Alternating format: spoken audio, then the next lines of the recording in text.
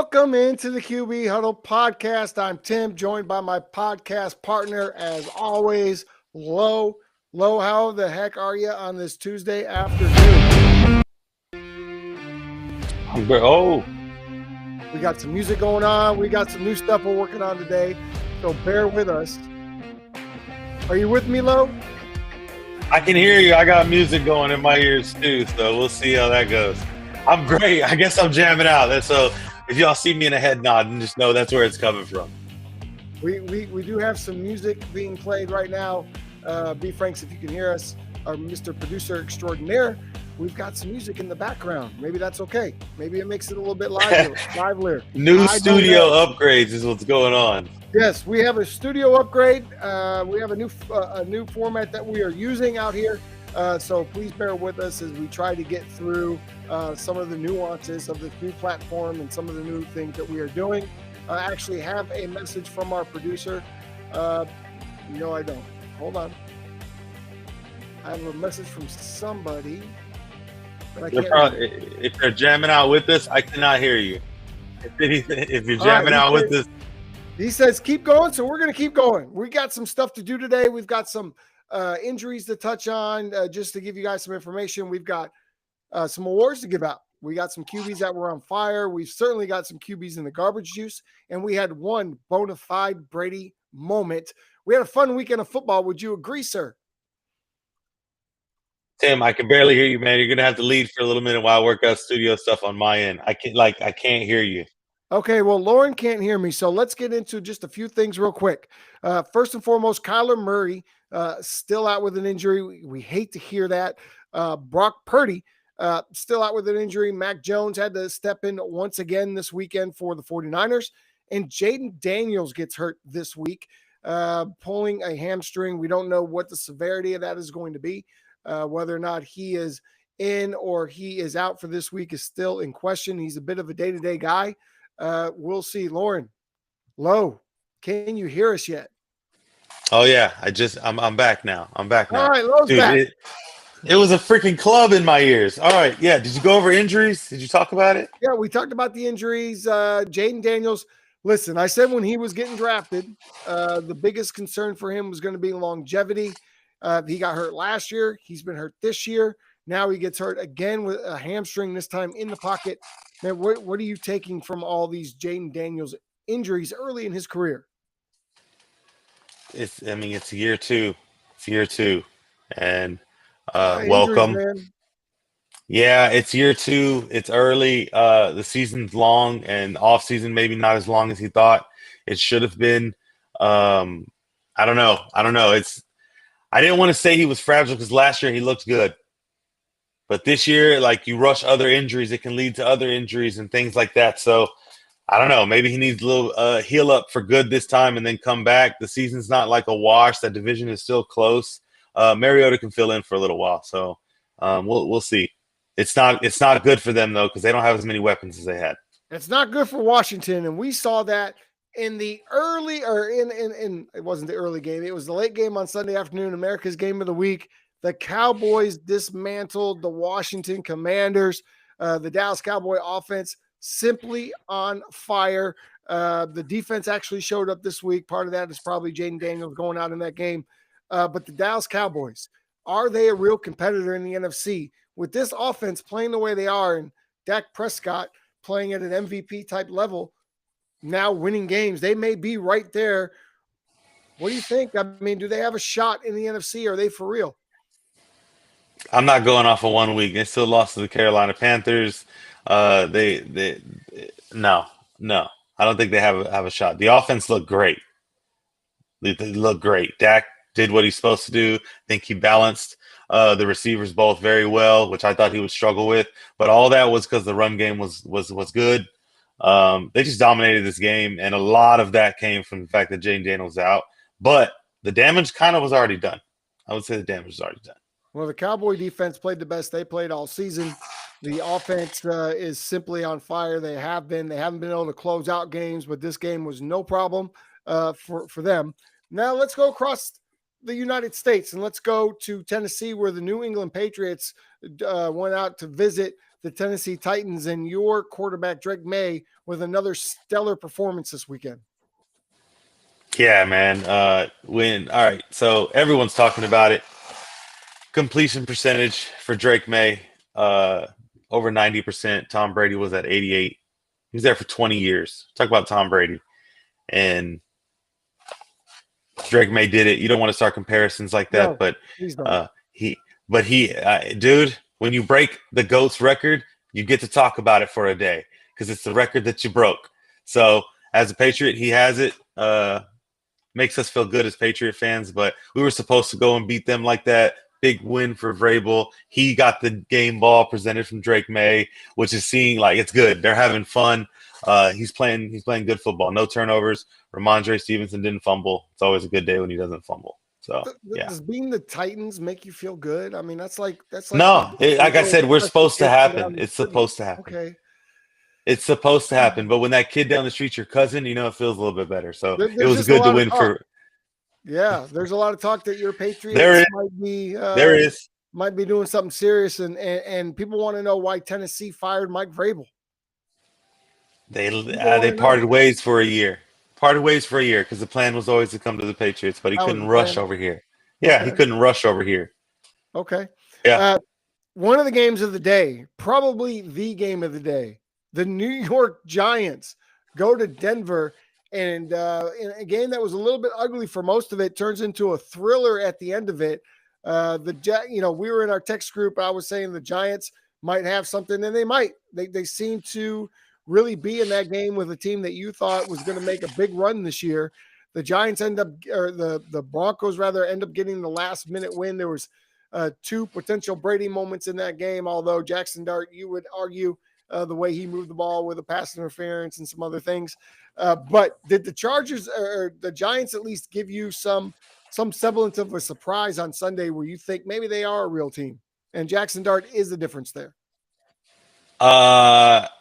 I don't know if it was Jackson Dart, unless it's the leadership quality we're talking about. Yes, but he's not. He's a spark. He's a good spark for them. It comes in the form of a quarterback that throws 3 touchdowns. Yes, he had a pick. He's just a rookie quarterback that if you drafted him, you should have started him. I just have an issue with the Giants even getting Russell. That was a waste. If you had intent of starting whoever you drafted, then Jameis Winston should have been in the starting role, and he could have quickly lost his job to Jackson Dart in camp or something like that. So I don't understand the Russell Wilson move now because Dart is playing well. He's got to learn the mechanics, or else he will not last all season playing in the NFL. He's very, very reckless with his body, and if not, ask Jaden Daniels how that's going. And these injuries they build up. But the Giants as a whole, you competed. Bo Nix he's done it 1 year longer. So, Okay. Well, I would say Jackson Dart doesn't play defense, so not much he can do there at the end of the game. But I think it's an excitement factor. I think, is he uber talented? So far, we maybe haven't seen that, but leadership and excitement level kind of bleeds into the team, and they play with that belief that, we can win no matter what. Cam Scatterboo, by the way, had another impressive game, and that guy just keeps on stacking good game after good game. Yeah, he has moments. Like he's not going to burst your stat line every time, but his moments of when he gets his first downs or the types of plays he makes are fun. Again, the lifespan of this style of play, it doesn't last long in the NFL. So again, it's a hype train. I think the Giants are loving it. You're still 2-5 though. We're not going anywhere this year. Yeah. Here's some other games that were really good if you were paying attention. The Colts and the Chargers game was really good down in LA. Unfortunately for the Chargers, they drop another one in a game that they really had to win considering what the Chiefs are doing. They're bounding back. The Chargers drop one to the Colts 28-24. That gives me a sense that the Colts are for real. Yeah, they've been for real. I think we kind of just forgot. They just needed a quarterback that wasn't going to turn it over all the time, make some good decisions. That run game and offensive line is very good.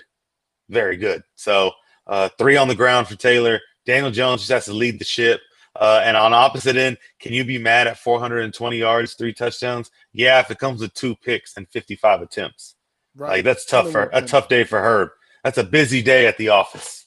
Yeah, and the defense wasn't helping.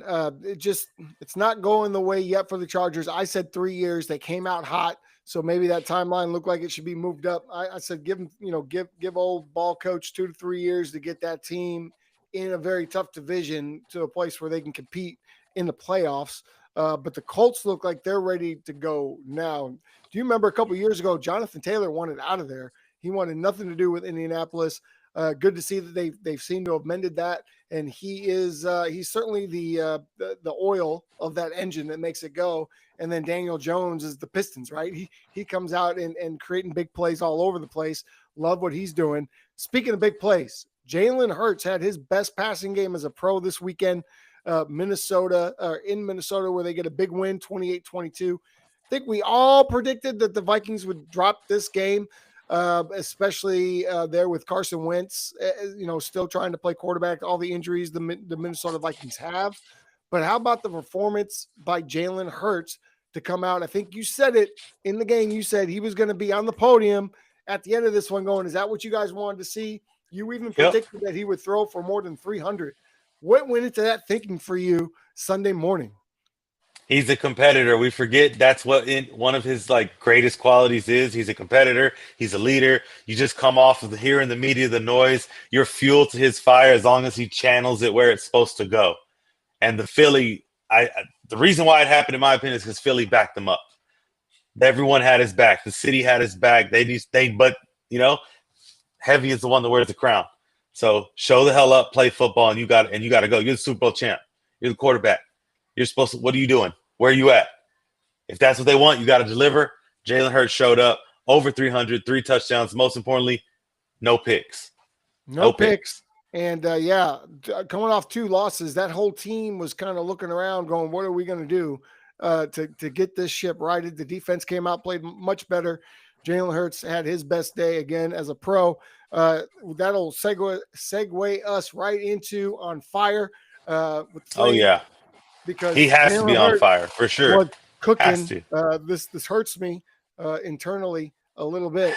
But 19 for 23, 326, 158.3 passer rating, 3 touchdowns, no interceptions. It just seemed like Jalen Hurts could do anything Jalen Hurts wanted to do on Sunday versus the Vikings. Once again, maybe not on the production, but it's through Saquon. Saquon carried the ball 18 times. That's what has to happen in order to open up a passing game. It's Saquon's job to figure out how to get that extra 60 off of breaking tackles and things like that. This offense is finding its identity again, and they turn it around real quick. So don't look around. You said that earlier. Eagles are looking around like, what do we look to? Jalen Hurts. He's the guy. He's the guy. He's y'all's guy, at least. He's y'all's guy. So that's where you should be looking. So great day for Jalen. Yeah, great day for Jalen. He on fire. Jersey flaming up everything. Dak Prescott is our next guy. Dak was 21 for 30. This is his 3rd time in a row being on this list. 21 for 30, 264, 3 touchdowns, no turnovers, 130 passer rating. I'm sure you caught some of that game, being that it was a division game, and I'm sure you were rooting against Dallas. But how do you feel about Dak Prescott and what he's doing right now? I'm always rooting against Dallas, man. It's very rare that I'm not, unless it's some fantasy purpose. And Dak's balling. I don't want to say that, but he's still. You have to keep going. This is that point with Dak where everyone always every year, and I watch it because we're in the area, and it's like keep going. But we'll see what's around the corner. That's all I can say. Because we've sang this song before. Here comes a pick. Well, he's doing a good job. I don't think he has any picks in the last 13 touchdowns. So he's on a roll. But regardless, if they have to win games, that's what it's about. You have to win games. In our text group, I called him the highest paid loser since 1970. And it's probably an accurate fact, though. I don't know the numbers behind that stat, so if someone wants to check it, go for it. But, man, he's got to win games. I don't care how you do it. I don't care how you do it. You got to win games. We seem to forget in Dallas. I'm excited. I got the jersey on. I must be excited. I must be thinking that we're going to Super Bowl because I got the Dak Prescott jersey 2nd time this year. I'm not. Here's a couple things to realize. Dak always plays well in the division. Not sure why that is. familiarity perhaps, but he always plays well in the division. They own the Washington Redskins, Commanders, whatever you want to call them, the football team. They've owned that Washington district for a long time. They've owned New York for a long time. The only team that really gives us a hard time is the Eagles, and they've been to a Super Bowl and won another. So I can't get too excited. As you said, we've seen this out of Dak and the Cowboys before. We've seen crazy numbers. We've seen video game type performances. And then we get to the playoffs when we need to play well and we play like absolute ass trash. And, I'm tired of seeing that. I've seen this before, seen this movie. Did I enjoy myself on Sunday? 100%. But in the back of my mind, it's like, you're with the girl that cheats on you all the time. And every time she says, I'm sorry, I'll make it up to you. And then things are really good for a while, but in the back of your mind, you're like, she's gonna go do this again.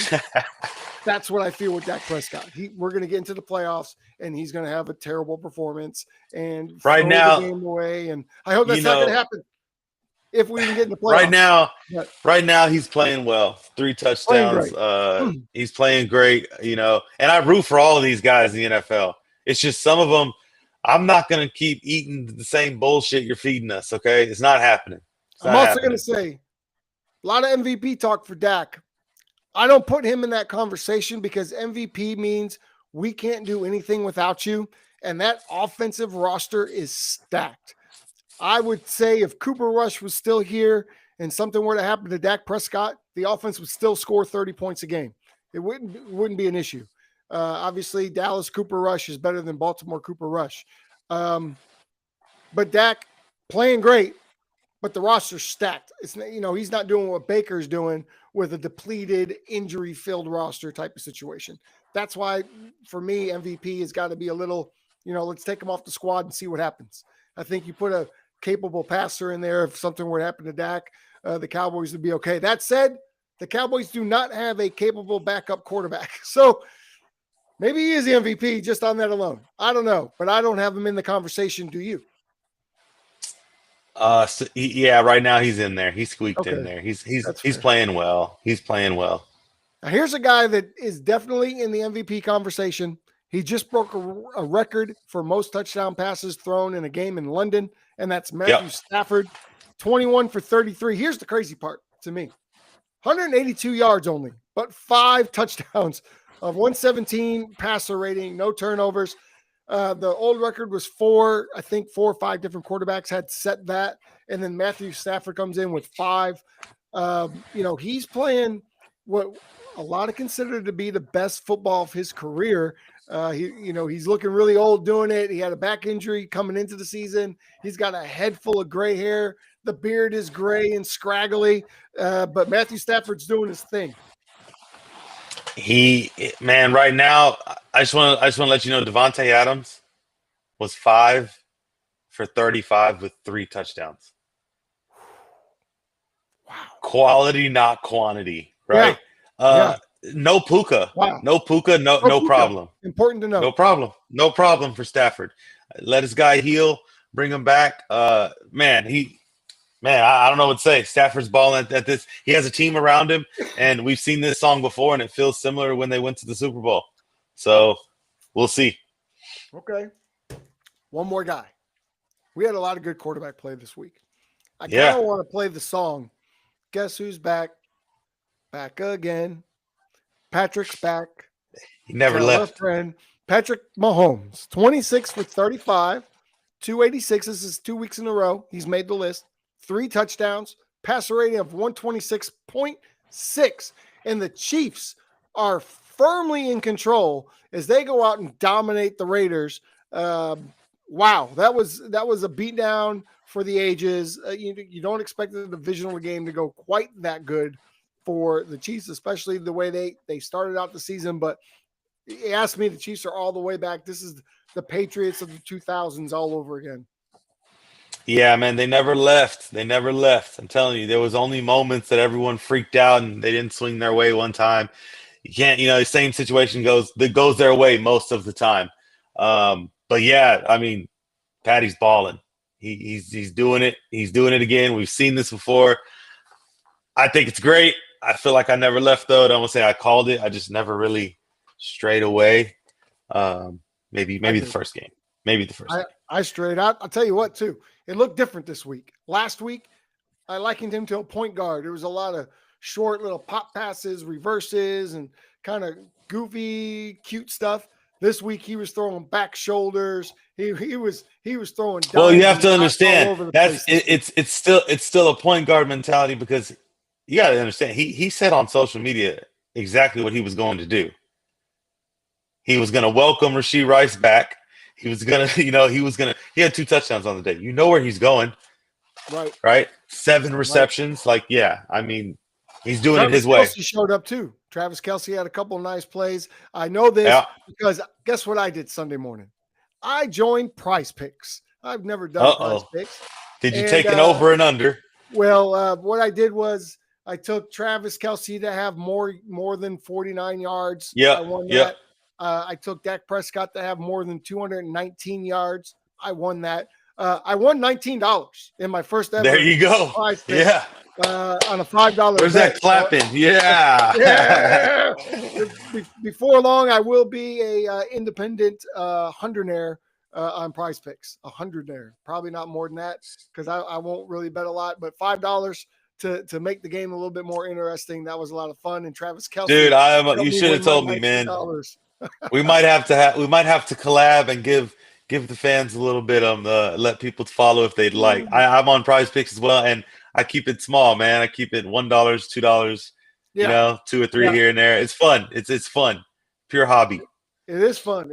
I had one guy got me because I had 2 games going. One was a free bet. That's where I actually won the free bet. I won $25 on the free bet. I lost my $5 on my other bet, and the lost because 2 people didn't do their jobs. George Pickens didn't catch a touchdown. He had a lot of catches, a lot of yards, no touchdown. So thanks a lot, Pickens. Appreciate you there. And then Kareem Hunt had no catches coming out of the backfield in Kansas City. This guy was averaging 9 yards receiving every game. And what I found myself doing was watching the Chiefs game going, throw it to Kareem. He's open in the flat. And and I'd be like, damn it, Patrick, throw it to Kareem Hunt. Yeah, he knows. It's like they know. Well, welcome to Prize Picks. It's almost like they know. They're like, I could throw it out here, but Tim would win $6. So I don't want to do that. I'm going to throw it over here. So thanks a lot, Patrick. You screwed me this weekend. But Travis Kelce did the thing, and that was awesome. So how about the other guys? The other guys that screw us all the damn time, it seems like now. The garbage juice. So you want to get into that? Well, you shouldn't bet on these guys, most likely. If you do, take the under on whatever the yardage or touchdowns are. And this is the first guy because, he's been here all year. There's been word that he might get benched, but coach came out and said, no, we're not going to bench Tua yet. Tua was 12 for 23, 100 yards, 3 interceptions. I think you could do better than that. Passer rating of 24.1 and lost to, of all teams, the Cleveland Browns. And in a game where we were hoping the Dolphins would get a little loose so that we could see Shedeur Sanders. Even in a blowout, we don't get to see Shedeur Sanders. Dylan Gabriel didn't do much of anything, but Tua did everything possible to be as terrible as possible. What say you about Mr. Tua? God, he was bad. I feel so bad for the Dolphins fans. And it feels so good to be a Patriots fan feeling pity on the Dolphins fans again. You know what I mean? It feels great. But I'm sorry. I'm sorry. I told you this Tua nerd boy. Rex Ryan said it, not me. Genius offensive guru guy. It wasn't going to last forever. You need to have the perfect team. And when Tyreek Hill left, it still was like possible. But now it's just everywhere. You're losing the moments everywhere on the game. And it's all at Tua's hand because he's turning the ball over. Like, your name's a good, Tua turned the ball over. That's what it's called. Okay. It's bad. It's bad. Yeah. Well, this is it. This will be the last year, I assume, that you'll see Tua and Mike McDaniel together in Miami. I don't know if they make it the season. Well, we'll see. Tua probably does. We'll see. Yeah, I don't know. Tua probably does. I saw a really funny cartoon that was made where they were telling Tua he was going to be on the bench, and he was like, "But I gave my head to you. I gave my head to this team." I say it's funny. It's really not funny because it's really true. But poor Tua, he's not it. At least not with the current offense without Tyreek Hill. Here's a fun one. I enjoy this. The Chicago Bears got a big win this weekend. It seems every time the Saints come to town, including the 2006 NFC Championship game, that the Bears take care of business. And they took care of business again this weekend. I hope that resonates with any Saints fans that might be watching. But Spencer Rattler, I've watched this kid since high school. Never been a fan of his. 20 for 32, 233, 2 touchdowns, but 3 interceptions with a passer rating of 66.3, losing to the Bears 26-14. Every time I looked at the Bears game in the four square, there was an interception going on. There was a turnover. The Bears had the ball on defense. They were running back the other way. What is going on with Spencer Rattler? And is he really legit NFL starter? Or is he just a placeholder in New Orleans?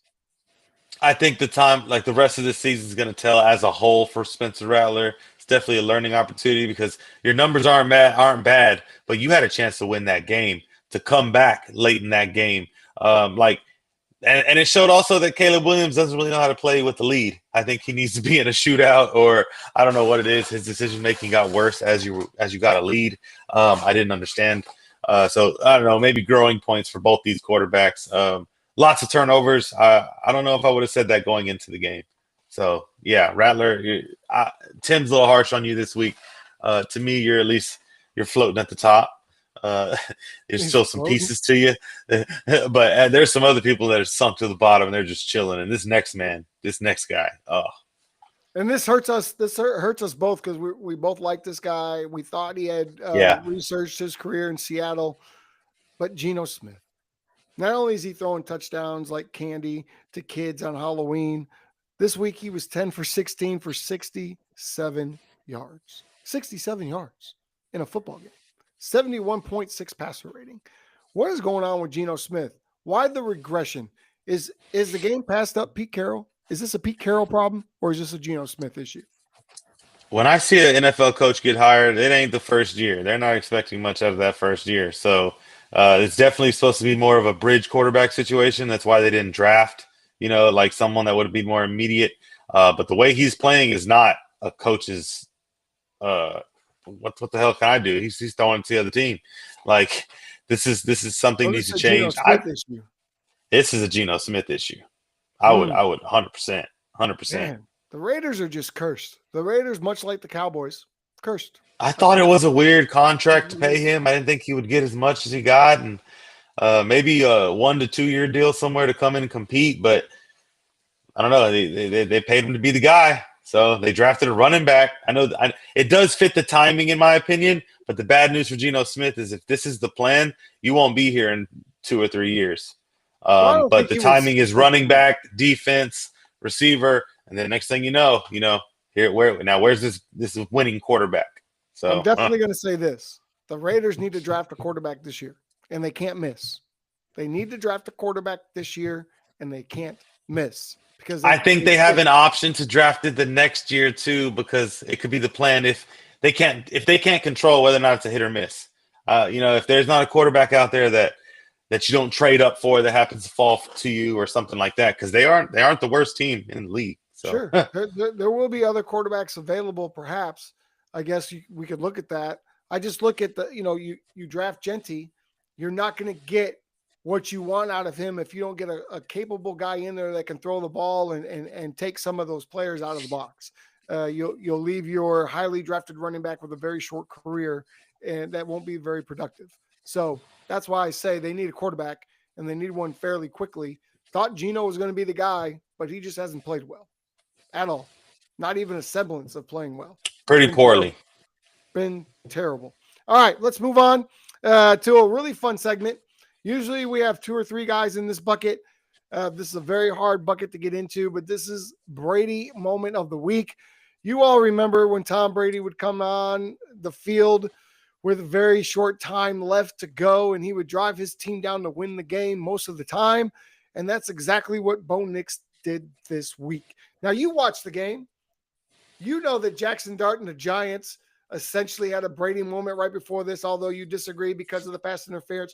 But this game was a little bit of a until about the fourth quarter, right? It was 28-6 going at one point in the fourth quarter. I mean, you had to have watched this game, because I know that when I text you Jackson Dart right after they scored the winning touchdown, what we thought was going to be the winning touchdown, you text back immediately and said Bo Nix. Like I you had just premonition. So I had just seen kind of like how the game flow was going. I was like, yeah, Bo Nix is about to, it's a Brady moment, trying to notify you. You just notified me of the Brady moment that just happened, kind of, and I was like, no, that was Bo Nix. But I saw it because, and I really did it because I disagreed with the Brady moment. Okay, I'm not going to brush over it. Okay. It was Jackson Dart had 4 incompletions and got sacked. The other plays was a PI, 39 yards, PI, and then a 15-yard roughing the passer. So I don't know what you did besides a 1-yard tush push to earn a Brady moment. I'd have been very mad. So then that told me right there, football gods, man, football gods. Don't worry. Bo Nix is about to go ahead and snag this as his Brady moment instead. And it's only a field goal, because I was like, they should just go for 2. I don't know. Gee. So. Well, listen, 3 minutes into the fourth quarter, it was 19-8 New York. And with 3:54 into the third quarter, I think it was, or 4 or 5 minutes into the fourth quarter, it was 26-8. And the Giants had the lead. Right away, the Broncos come down, they get a touchdown. Then they come down, they get another touchdown. Then they get another touchdown. Now they have the lead. Then the Giants come down, they get a touchdown. They're up 32-30 with 30 seconds left. At that point, it seems hopeless. But here's what happened. If people didn't see that final touchdown from the Giants, they missed the extra point, putting them only up by 2, leaving Will Lutz a chance to kick the winning field goal, which is exactly what happened. Bo Nix completes a big pass to Marvin Mims for 29 yards. Then he hits Sutton for 22 yards. You're talking 2 big gains. How they let this happen? Huge. If you're the Giants, doesn't make sense. There's 2 seconds left when they spike the ball. I mean, this was great clock management. Sean Payton, been in this position plenty of times, schooled his young quarterback. This is how we're going to run this thing. We've seen Drew Brees do this before. Will Lutz comes out, boots himself a little 39-yarder, and the game is over. Broncos walk off. Crazy ending to that game. He had almost 50 yards and 2 additional touchdowns on the ground, Bo Nix. Like, he played very well, so I don't think he wanted to lose that game. I don't think he was losing that game. And his receivers followed, and they did well. They stuck with him. They're starting to click out there. It's not the prettiest, but they are 5-2. You called the Broncos early in the season. So to see them almost drop to the Giants, that had to make you kind of second guess. That's why earlier I said the Giants. That's why I said earlier the Giants kind of have something over there, and it's that we're going to compete. I still don't have them winning a lot of games, but I definitely don't think you can take them lightly. I think you have to still show up. I don't see them winning a lot of games. I will say this. If Jackson Dart and Cam Scatterboo can stay healthy, right, and his defense can, as a whole can stay healthy, I do look for them to be a little bit of a spoiler late in the year to some teams and some playoff hopes, change the playoff outlook a little bit, beat a team that they're not supposed to beat. Something like that's going to happen. Yeah, it's if you're trying to win and you're worried about your division and they're not in your, and they're just on your schedule, they're not someone you really want to play. It's like, God, all right, we're gonna have to show up this week. Like, it's week 15, 16, and we just need this easy win, and they're gonna be difficult. They just seem like pests. So both of them seem, I like that. Pests. All right. Before we get out of here, I'm going to spring a surprise question on you just because I can, because I have the microphone. Give me your surprise team so far this year and your disappointment team so far this season. I'm going to go disappointment first. And they've had some injuries, so I understand and I get it. But hold on. You sprung it on me because I'm second guessing and I'm going through each team's division as well. But no, I'm pretty solid on it. I think that's where I'm gonna stand. And it's the Cardinals. They're 2-5, and you lost James Conner, and you just knew at that point everything was going to go bad, and you don't know why. But I also knew that last year that if James Conner goes out, the Cardinals, he's their leader, all that. But you should be able to show up and play better. I think they have a good defense who's now deflated because the offense wasn't doing what they were supposed to be doing. You see this a lot with the Jets. The Jets always have a good defense, but their offense always just, it's pointless. So I would say the Cardinals, man, they're my biggest disappointment. And other people be like, what? Look at the Titans. I expected that. That's not a disappointment for me. The Cardinals, I expect them to be more competitive in that division. And then let's go the Steelers, man. The Steelers. I think a lot of people doubted Aaron Rodgers, and I kind of doubted the assembly of the team, which ultimately he looks great. And I thought it was going to be lack of weapons. He's making things work. And this is coming off a tough loss, but the Bengals are figuring it out. I would say Flacco's probably been the most quarterback that's surprised me this year. But yeah, I think the Steelers. What say you? What says me? Well, my disappointing team to date is the Minnesota Vikings. I'm disappointed in the way the JJ McCarthy thing went. He's still out with an ankle injury. They've had injuries mount up on them. And so the Vikings, who I thought were going to be a Super Bowl contender, and JJ McCarthy taking them deep into a playoff run, I'm a little disappointed with how that's shaken out right now. My surprise team is your team, the New England Patriots. I did not see Drake May coming out and being this kind of guy, and I just didn't see it happening. And the Patriots look good as a team. Mike Vrabel really got things going there. I didn't know if he'd be able to get it turned around that quickly, but he has. So the Patriots are my surprise team of the year so far. It's not hard to turn around in the Patriots, man. I tell you what, it was Vrabel. More Vrabel than May. I hate to say it, but more Vrabel than May. Okay. Well, that'll do it for this Tuesday's edition of the QB Huddle Podcast. We appreciate you sticking with us through all the changes. There'll be more changes to come, but everything that we're doing is just to try to put out a better product. We thank New Era Media, our producer, Brandon Franklin, for putting us out into the stratosphere. Appreciate Marcus Watson. He's been doing some work for us on the back end as well. We also appreciate allaccessfootball.com for putting us out through the syndication. If you haven't been out to that website yet, make sure to go check it out, especially when you're talking about draft for next year and what teams are taking who. They've got all that down for you. So allaccessfootball.com, you want to go out there. Hey, if you play football and you're in the Dallas area, go hang out with Lo this weekend at the practice for the Collin County Crash on Saturday. You want to plug that a little bit? Tell the folks what you got going on Saturday. Yeah. So we play in TUFL. It's a local semi-pro, but national teams usually go compete from this league. It's very competitive. If you're off the couch, feel free to come and work out, but it is still very competitive. Always want to stay safe, right?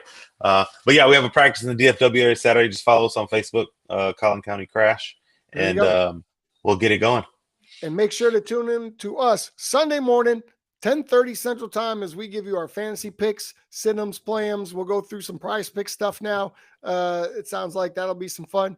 And we'll talk about the slate of games that are coming up. So we'll have a good time with you guys. If you're tired of the old network people, just check in with us. Come hang out. Two normal guys that play the game but really are just fans of the game and like talking about it. So there you go. Thank you. Make sure you subscribe if you haven't. And until Tuesday, folks, keep those chains moving. We'll see you.